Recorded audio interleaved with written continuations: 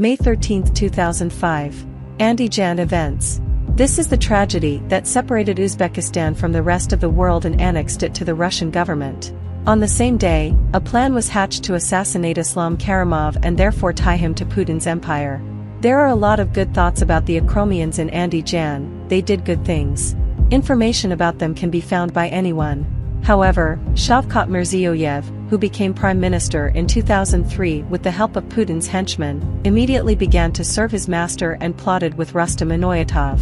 In this plan, Botur Tursunov was an ordinary opera singer at that time. He introduced himself to Kabul Parpiyev, the leader of the Akromians, against Karimov's policies, and set a trap around him.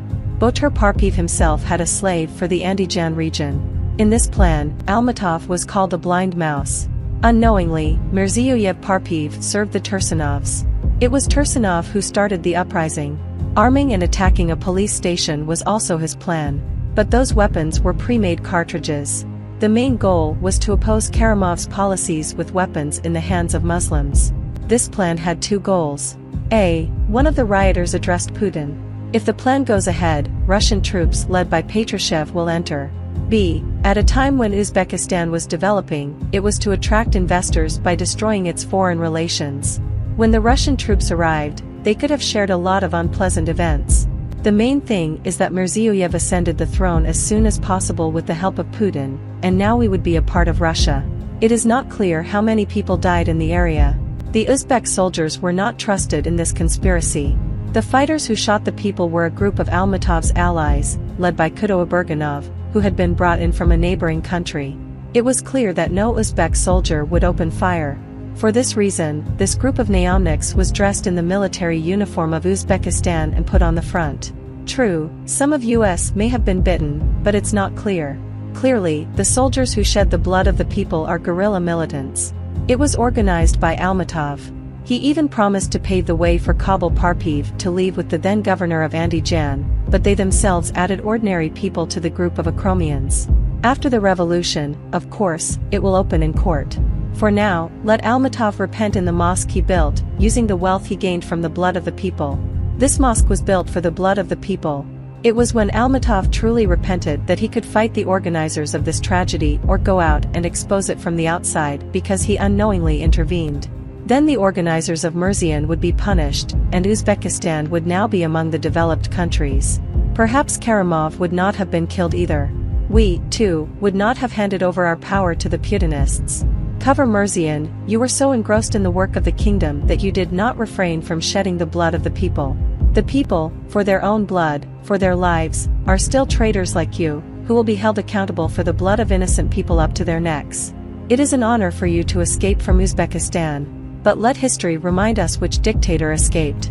My dear and brave compatriot, some of us, after the death of the people of Andijan, have been portrayed as terrorists, leading to the many bans on Islam. They intimidated the people and stopped the development of our developing state. For so many years, the state has been going backwards day by day and is now in a very bad situation. In the near future, we will be forced to follow in the footsteps of Putin's collapsing empire, Syria, Hamas, Iran, the Taliban, Belarus, and the rocket launchers. However, we have our place among the developed countries. Instead of summary. Through an operation conducted in Andijan on May 13, 2005, under the leadership of Patrushev and Inoyatov, Uzbekistan has gradually become a full-fledged slave of Russia since September 2016. The operation was carried out by Alisher Usmanov, a former KGB agent, a former KGB officer in the USSR and later an agent of sabotage and corruption in SVR Europe and Uzbekistan. Shavkat Mirziyoyev, secretary of the Timi Stucco Council in the region, involved in the selection of spies for the KGB and provided information. Azizov, KGB Russian agent in Uzbekistan, GRUMO since the USSR, a distinguished employee of the USSR.